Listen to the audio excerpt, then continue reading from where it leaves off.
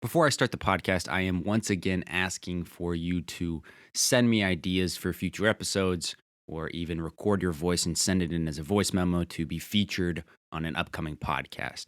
So if you're interested, go to the show notes here. You can email me. My email is sam@mcatbasics.com. You can follow the link in the show notes if you want to record your voice. But I would love to hear from anybody and everybody. Let me know if you have any ideas for future topics, interviews you want to hear, etc. Thanks. Welcome to the MCAT Basics Podcast, brought to you by the physicians at Med School Coach. Each week, Sam Smith breaks down high-yield MCAT topics so you can score as high as possible on test day. Hello and welcome to Prospective Doctors MCAT Basics with your host, Sam Smith. The goal of this podcast is to cover the highest yield topics on the MCAT and provide you with some sort of insight into the questions that the MCAT really likes to ask. This podcast covers social institutions. I'm going to talk about the big 5 social institutions: health and medicine, education, family, religion, and finally government. And I'll also say that this episode is pretty information dense. There's going to be a lot of definitions, a lot of vocab to know, and a lot of examples. Now, this information is going to show up on one of the 4 MCAT sections, that is the Psych-Soc section. As always, I hope you find this podcast helpful in your studies, and good luck to those of you who are taking the MCAT soon.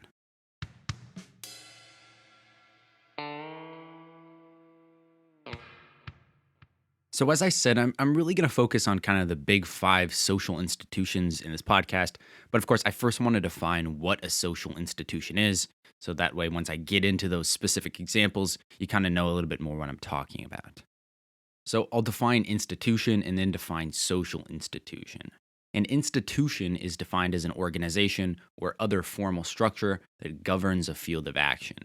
With that said then, a social institution is defined by Jonathan Turner as, quote, a complex of positions, roles, norms, and values lodged in particular types of social structures and organizing relatively stable patterns of human activity with respect to fundamental problems in producing life-sustaining resources, in reproducing individuals, and in sustaining viable societal structures within a given environment, end quote. So that's obviously kind of a complex definition. Also, sorry, Ms. Gomez, my 4th grade teacher. I apologize directly to her because that is the longest run-on sentence I've ever seen.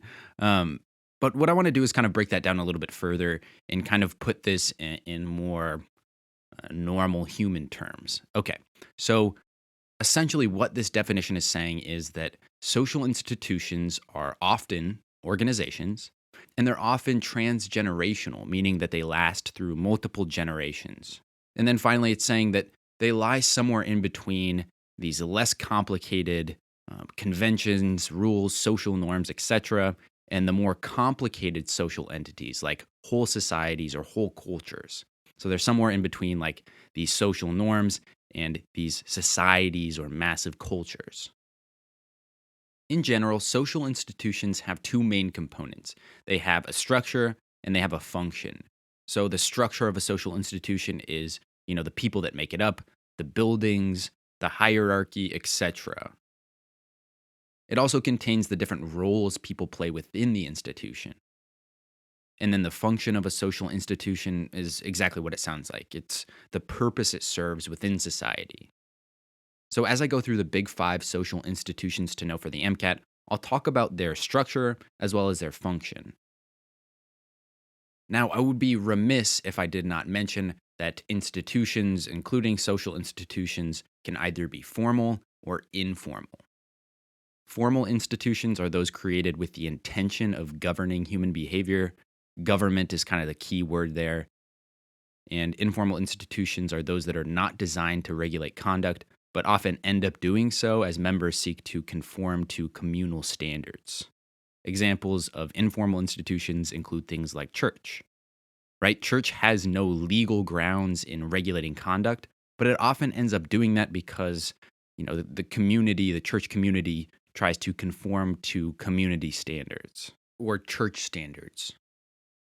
So as I mentioned in the intro, there are 5 different social institutions to know about on the MCAT. The first is health and medicine, The second is education. The third is family. The fourth is religion. And the fifth is government and economy. So, what I'm going to do is I'm going to go over each of these individually. I will talk about the structure and the function of each of these. And then I'll talk about some vocab and concepts that are unique to each that you should know for the MCAT. I'll start with health and medicine. So, the structure of medicine and healthcare is something that we're probably all fairly familiar with. There is a physical structure to the healthcare system that's hospitals, private doctors' offices, surgery centers, etc. And then there are also many different people and many different roles for people within healthcare. There's nurses, physicians, pharmacists, PAs, technicians, janitorial staff, billing departments, administration, and I could go on and on and on and on. There's many different roles. And these roles are kind of related to each other hierarchically. For example, administrative staff is usually, on top, and then you have doctors that are in charge of healthcare teams. Underneath them are PAs, then nurses, then technicians, and then, billing department maybe, and then janitorial staff. And then on the very, very, very bottom, you have scribes. Just kidding. Don't be mad at me. That's only a joke. Scribes are very important parts of hospitals. I know that. And I know that half the people listening to this are probably scribes. So again, I'm joking. Anyways, now in terms of the function of healthcare and medicine, that is in treating illness and promoting health. And I think there is a role in terms of employment. I'm not sure the number, and in fact, I'm going to look it up right after this. But what is the number of individuals in the U.S., or I guess what percent of the U.S. population is employed in some kind of healthcare job? If I had to guess, I would say somewhere in like the 20% range. I'm going to look it up right now. So it turns out I'm a little bit off, but not that much off. According to the Census Bureau, in the US, more than 20 million people are employed by the healthcare system. That's about 10% of employed individuals are working in the healthcare system. And that doesn't seem like a huge number, but that is the single most number or amount of people in any single sector in the US. And so that kind of goes back to my point here, which is that one of the functions, and it's probably more of like a latent function of the healthcare system, is in employing people, right? This is how a lot of people make a living. All right, so that is the structure as well as the function of healthcare and medicine. I want to talk now about a few terms that you should know regarding health and medicine. The first is medicalization. The second is the sick role. The third is more of a concept, and that is delivery of healthcare. The fourth is the illness experience, again, another concept. And then finally, I'll talk about social epidemiology. I'll start with medicalization. Medicalization can be defined as, quote, the process by which some aspects of human life come to be considered as medical problems, whereas before they were not considered pathological, end quote. One example I came across that I thought was pretty interesting is how shyness became a medical disorder. Apparently, by 1993, shyness was elevated to the third most common mental disorder in the United States after depression and alcoholism. And according to this article I was reading, antidepressants were actually prescribed to treat shyness. So that's medicalization. That's turning something that's not necessarily a problem or something that's not, seen as a medical issue, shyness, into something that is seen as a medical issue, and then using medicines to treat that medical issue. Now, according to an article by the Harvard Gazette, it's by Harvard, so you know it's legit, medicalization is not necessarily a bad thing. It says that, quote, but there is another good side to medicalization, the promise of new research and therapies for neglected diseases. Alzheimer's, he offered, was once just dismissed as senilism, end quote.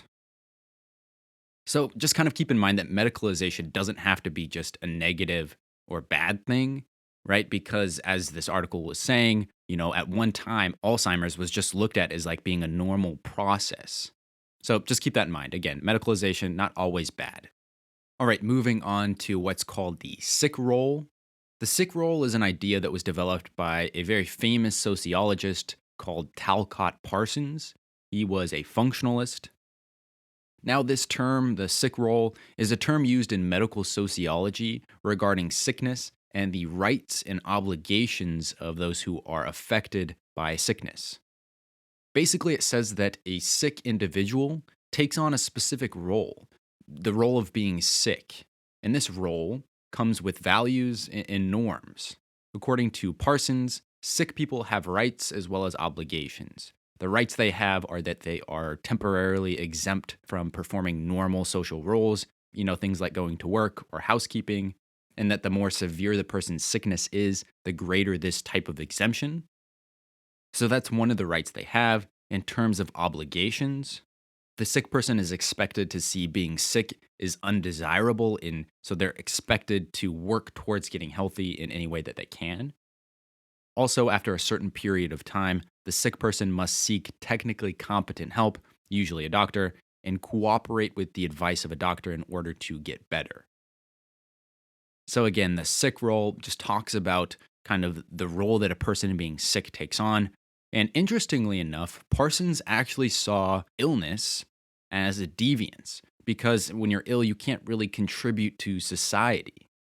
And he went on to argue that people's entry into the sick role should be tightly regulated by doctors. He essentially said that there are people that are going to try to use the sick role to get out of doing things. And so the doctor must be able to tell when people are sick versus when they're not. Thus, they're kind of like the gatekeepers of the sick role. The overall takeaway, I think, for the sick role is that it describes the role that sick individuals take on. And according to Parsons, this role comes with unique responsibilities as well as unique rights. And when Parsons says this, I kind of see his point, right? Where else in society is it not looked upon badly if someone does nothing but lay in bed all day? Think back to like middle school. What other reasons were there for you to stay home from school? I remember being sick was like the biggest reason, right? Person X called in sick today, they're not going to be there. That was kind of the most common reason for staying home, and that was legit. Next, let me quickly mention the delivery of healthcare. So, how healthcare is delivered to patients is the delivery of healthcare. If you've done any shadowing, you probably have a little bit of a sense of this. Healthcare can be delivered in the inpatient setting, like in a hospital, or an outpatient setting, out of a hospital. It can be delivered in clinics, community centers, local offices. People can come into your own home. Travel nurses, travel doctors will go into people's homes. And in the US, especially for non emergent care, typically you go to a primary care provider who is kind of the home base for healthcare, and they'll refer you out to specialists. They will manage chronic conditions, they'll prescribe medications, do kind of the quarterbacking of your health. So that's delivery of healthcare. The next thing I want to talk about here is the illness experience. So, the illness experience is a term that describes how people behave when they're ill. And typically, this is used to look at people's behavior when they are chronically ill. To see what I mean by this, take, for example, a person who breaks their arm skateboarding. They'd expect to be in a cast for maybe a few months, and then everything's going to go back to normal and they're going to be able to live their life. In contrast to that, what happens when someone is diagnosed with a chronic disease like diabetes? How is that going to change their behavior, their attitude, and their feelings? Well, according to an article by Pamela Larson called The Illness Experience, when someone is diagnosed with a chronic disease, quote, the individual in the family develop their own meanings and perceptions of the condition and ultimately their own unique illness behaviors, end quote. These unique behaviors include things like loss of self, sorrow, devaluation of self, as well as closer ties to family. So, in short, to kind of summarize that all, illness affects people in different ways and can cause them to actually change their behavior and their attitude. And that is what's called the illness experience. Again, when someone breaks their arm, their attitude towards that is going to be more of a, I'm going to be okay. Eventually, I will get back to normal. But then when someone's diagnosed with a chronic disease, that can cause much more major changes in their attitude. And it can be very tough for them because that's something that's not just going to go away. It's going to be with them the rest of their life, in most cases. All right, the final concept I want to cover here in the healthcare and medicine social institutions section of the podcast is social epidemiology.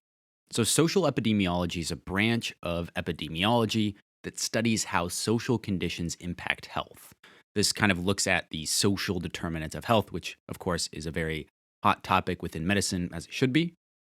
As an example of what social epidemiology is, take, for example, the study of HIV/AIDS. So, epidemiology in general would study the incidence, prevalence, transmission, as well as the outcomes of HIV infected individuals, and it would suggest ways to decrease the incidence, decrease the transmission, and improve outcomes. Now, social epidemiology would do all of those same things, only through the lens of social conditions. So, for example, it would look at how poverty status or race and ethnicity affect the incidence, prevalence, and transmission of HIV/AIDS. For example, in a paper called Epidemiology of HIV Infection in the United States, Implications for Linkage to Care by an author called Richard D. Moore, quote, while Black individuals account for 12% of the United States population, they represent 46% of all individuals living with HIV in the United States in 2006, end quote. So that statement right there is looking through a social lens at epidemiology. That's social epidemiology.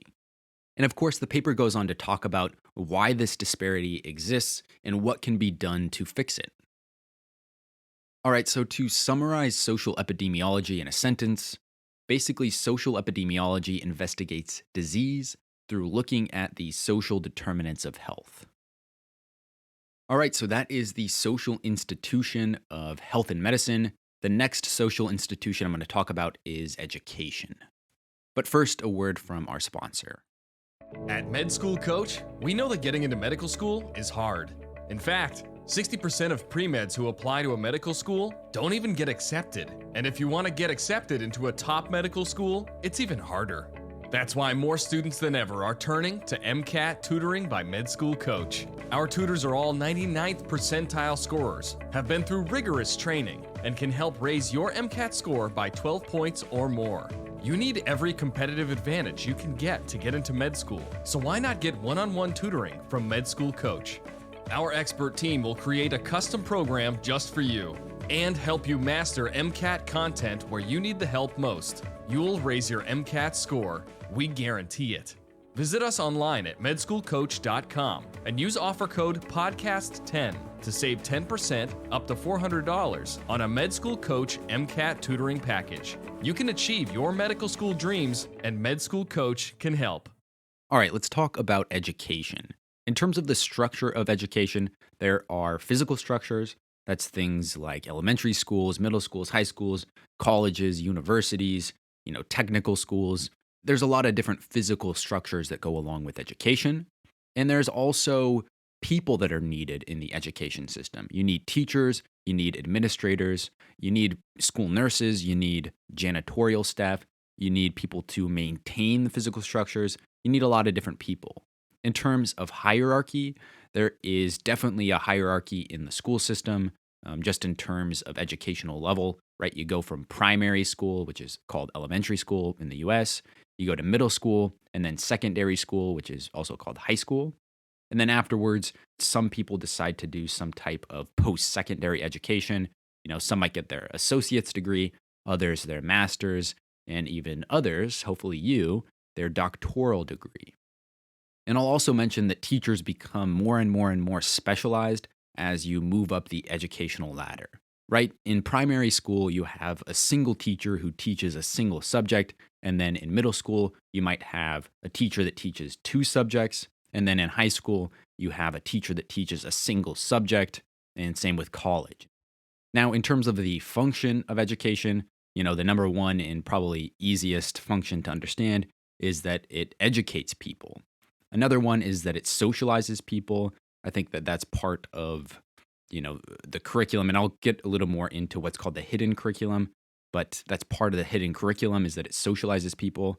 And then finally, one that you might not think about, but that's true, is in providing childcare. We've seen throughout the COVID pandemic that adults not having access to childcare is very difficult, right? There's a lot of households in the United States that are two-worker households where both parents work. So to try to manage kids as well as do your job is just very difficult, especially when your job can't be done from home. And so by sending children off to school, it really allows people to be able to go to work and not have to worry about what they're going to do with their kids. So again, kind of one of the hidden roles of education is in childcare. All right, now there are a few vocab/concept terms that I'm going to go through here about education. The first is hidden curriculum. I kind of mentioned this already. I'll talk next about educational segregation and stratification. And then finally, I'll talk about teacher expectancy. So, hidden curriculum is the first term I want to discuss here. I mentioned this a little bit, but basically, on the surface, the purpose of school is to learn about science, math, history, English, art, all the different subjects you learn about. But there is also a hidden curriculum. And the hidden curriculum kind of looks at some of the more informal or unintended purposes of school. Things like the development of social skills, things like the transmission of norms and values, and things like providing childcare. And I think social skills is kind of one of the biggest parts of the hidden curriculum. Think about kids who you knew that were homeschooled. And I don't mean to, you know, be mean to people who are homeschooled, but in my own personal experience, the kids that I knew who were homeschooled did not quite have the same social skills as the kids who were not homeschooled. And I think that has a lot to do with just being around people every day and learning the social norms and social values that other people have and learning about how to interact with others. Now, one last thing I'll mention here is that conflict theory would suggest that part of the hidden curriculum of schools is in maintaining social inequality. A conflict theorist would say that school educates people based on their socioeconomic status and therefore maintains people's overall socioeconomic status and kind of limits them from moving up. And that kind of brings me to the next thing I want to talk about here regarding education, and that is educational segregation and stratification.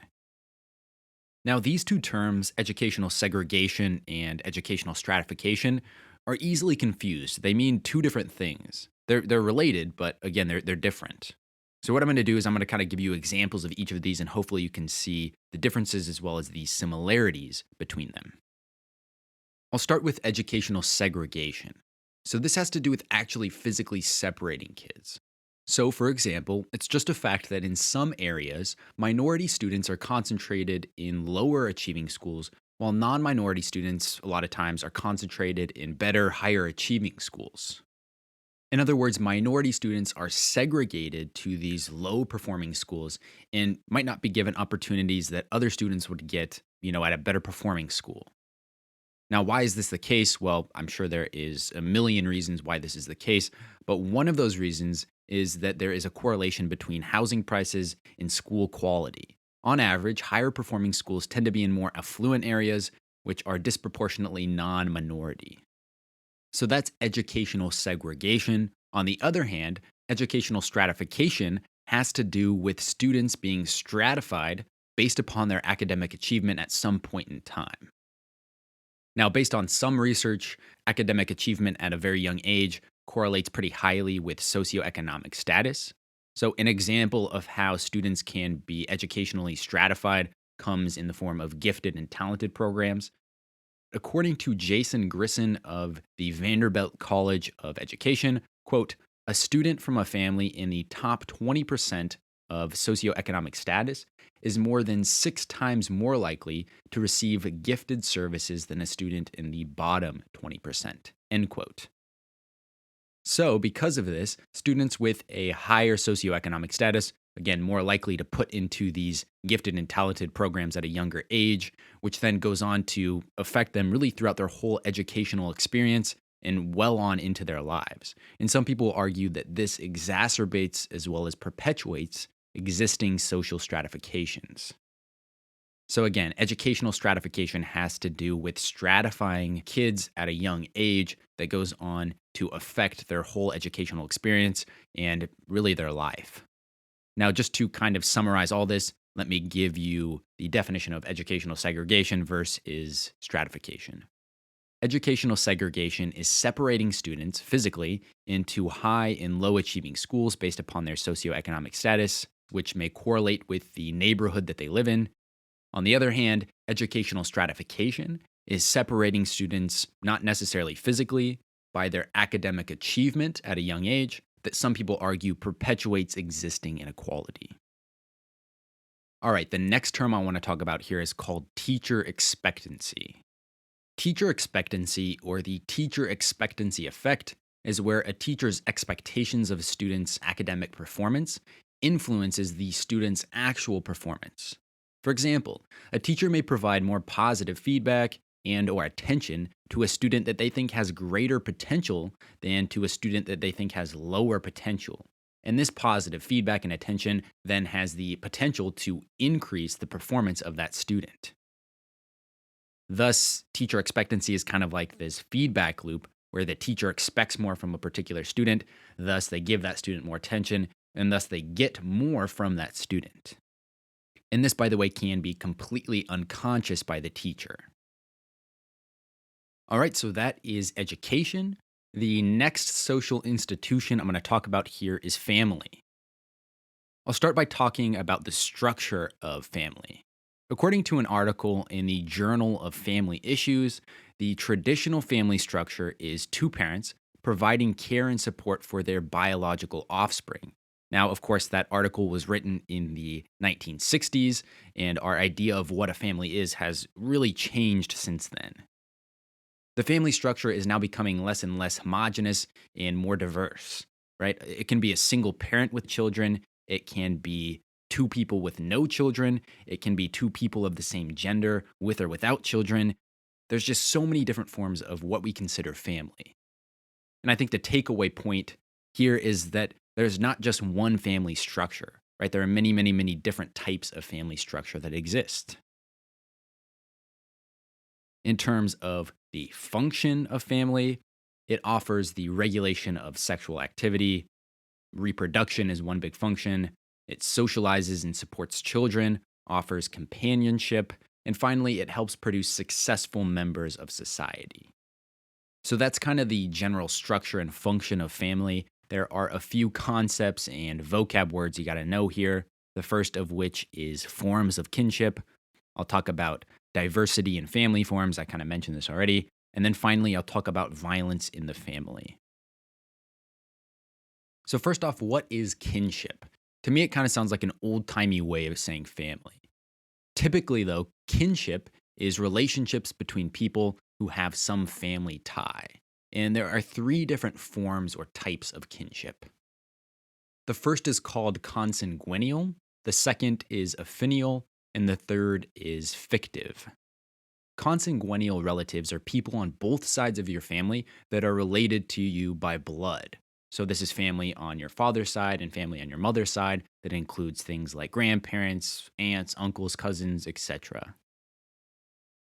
Affinal relatives are people who are related to you via marriage. So this is things like your brother-in-law, your mother-in-law, basically any in-law is an affinal relative.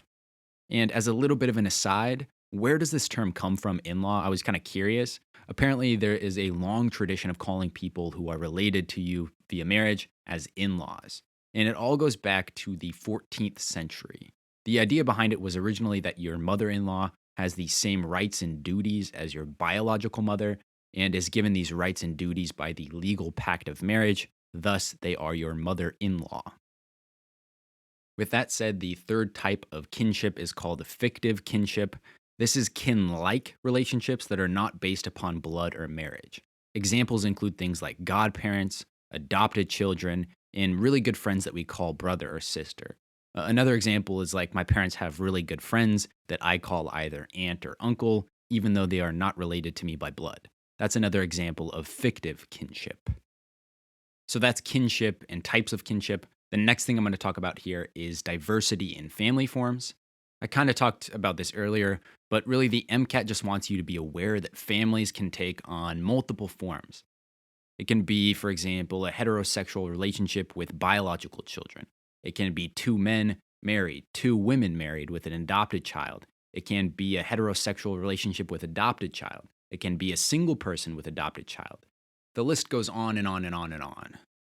And then in some cultures, things like polygamy are okay. That's where a person has multiple husbands or multiple wives. This, of course, is taboo in the US, but that's not true for all places in all cultures. The last thing that the MCAT wants you to know about the social institution of family has to do with violence in the family. So I think one big thing to consider here is that everyone in a family can experience violence. It can be grandparents, it can be children, it can be women, it can be men. It's everybody. With that said, though, women, children, and the elderly are particularly vulnerable to violence in the family.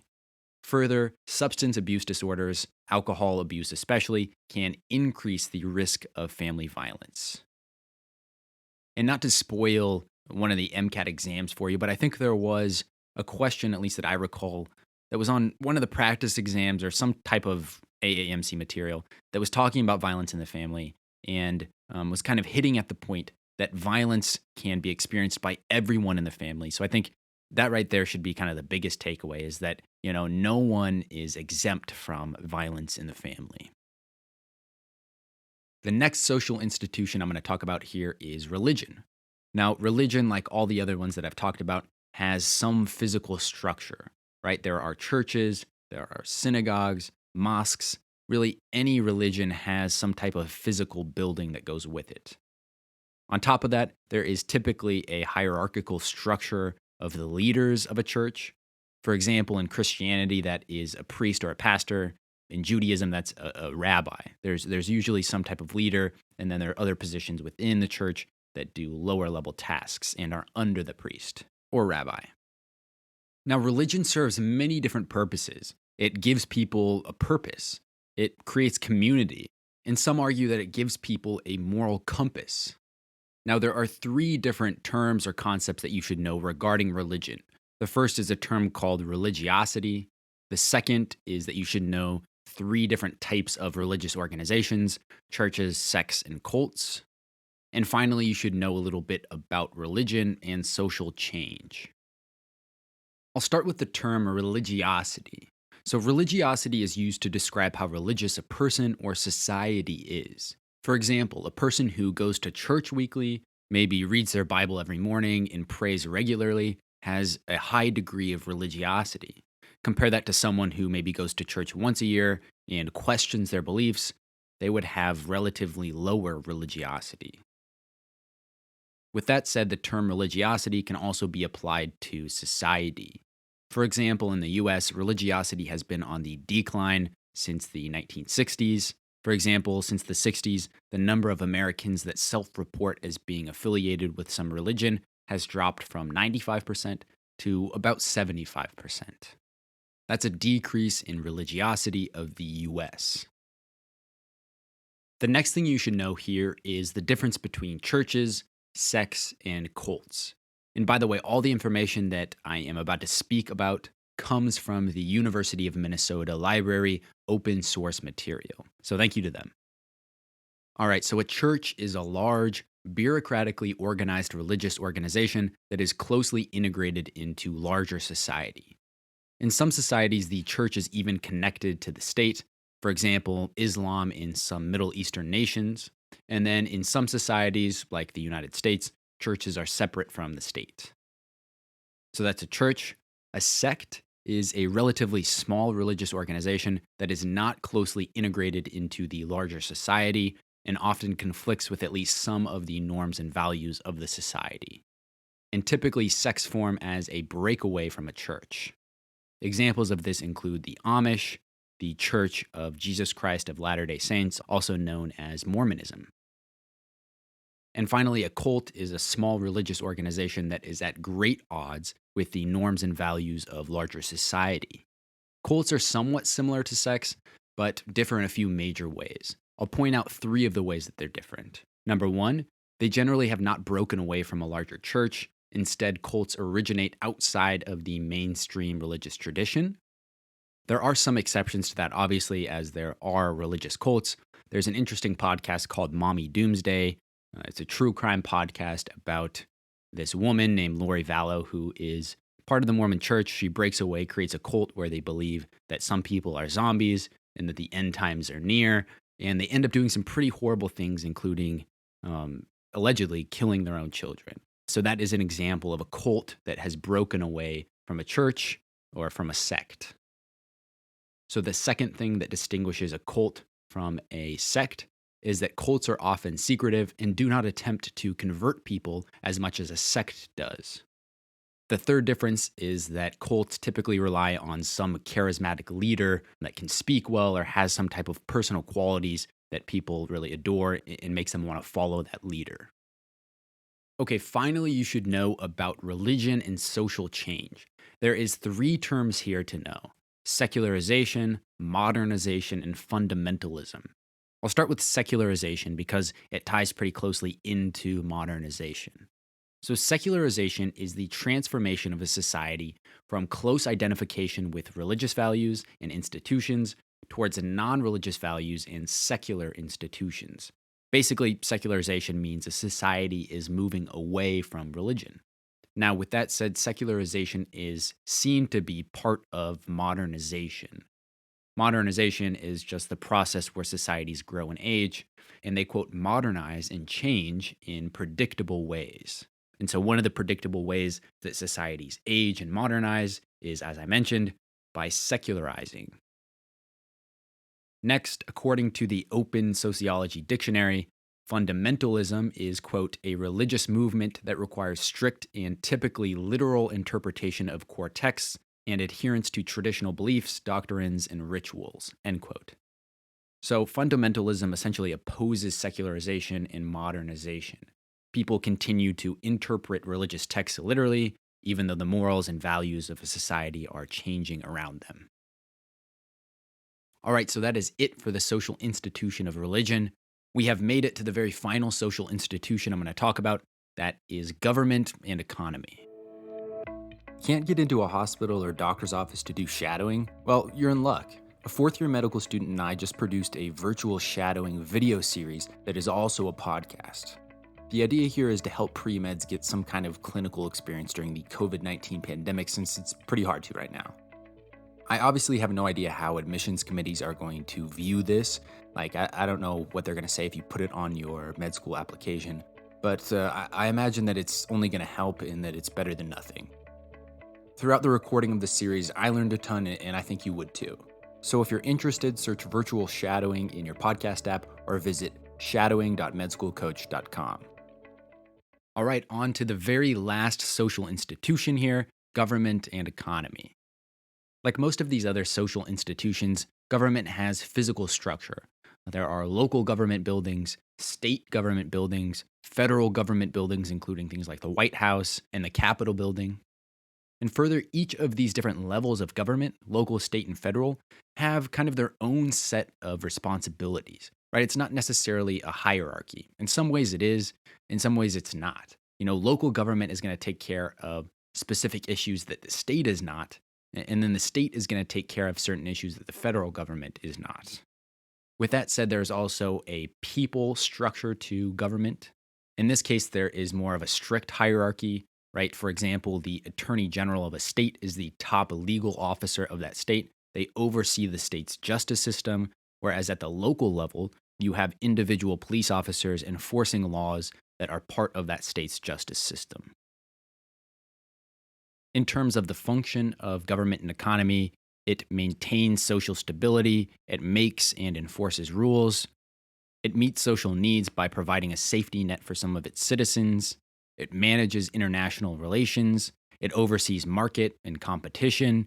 A lot of times that's through antitrust law. And of course, depending upon an individual's political affiliation, the role of government and economy might be a little bit different. All right, there are three different concepts that you need to know regarding government and economy. The first is the difference between power and authority. The second is comparative economic and political systems. And the third is division of labor. I'll start with the difference between power and authority. So power is defined as an entity or individual's ability to control or direct others. On the other hand, authority refers to accepted power. This is basically power that people agree to follow. For example, elected officials in the United States have both power and authority because, for the most part, people accept the rule of that person, and more broadly, they accept the role of that institution. There are some notable exceptions. I'm not going to name any names, but for the most part, elected officials have authority in the United States. So again, the distinction between power and authority lies in the fact that authority is accepted power, basically power that people agree to follow. Now on to comparative economic and political systems. There are many different types of economic and political systems that a government can have. Types of political systems is where I've seen this come up. So what I'm going to do is I'm going to just kind of go over some of the vocab that you might see. I'm going to talk about 5 different political systems: democracies, monarchies, dictatorships, theocracies, and totalitarianism/authoritarianism. Democracies are political systems where the citizens of the society have the power to vote for changes they want. Now, there are 2 different types of democracies. There are representative democracies and direct democracies. Representative democracies is where officials are elected by the citizens to then make decisions for the citizens. And then direct democracies are where people vote on everything.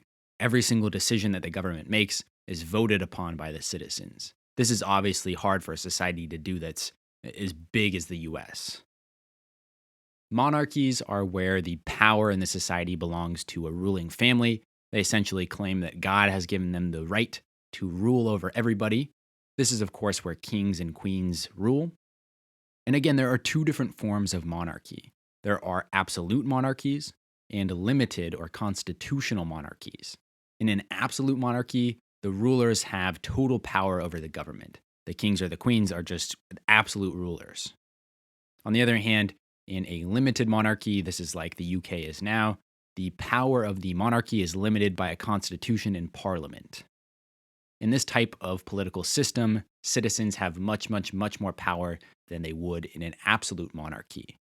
And as I mentioned, the British monarchy is kind of an example of this, right? The king and the queen in Britain have no real power. They're just kind of like celebrities/figureheads.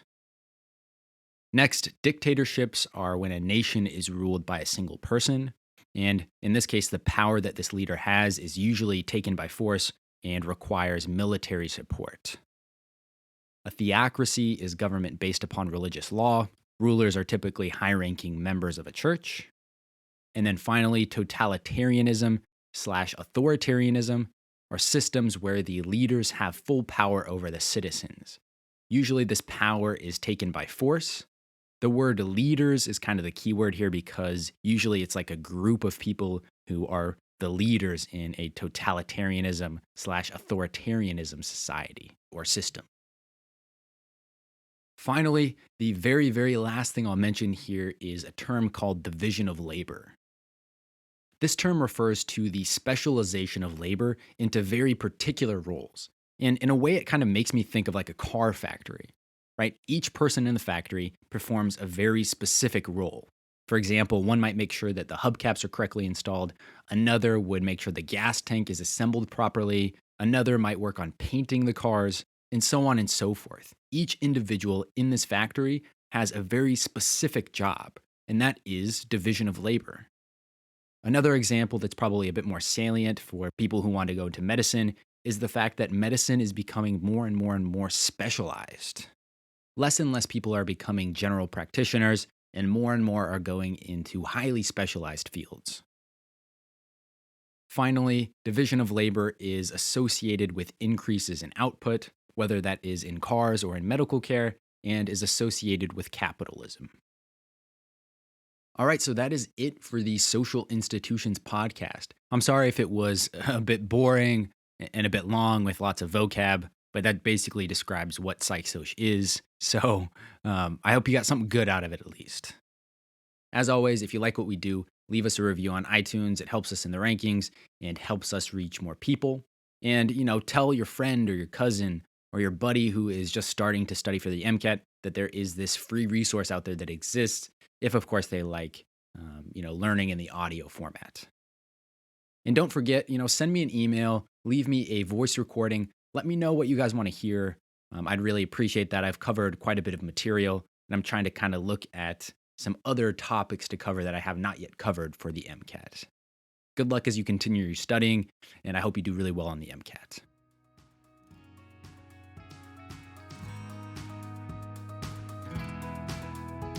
Each episode of MCAT Basics is brought to you by Med School Coach. To access Med School Coach services, including MCAT tutoring and medical school admissions advising, visit our website at medschoolcoach.com. Good luck as you prepare for the MCAT, and we hope you tune in again next time.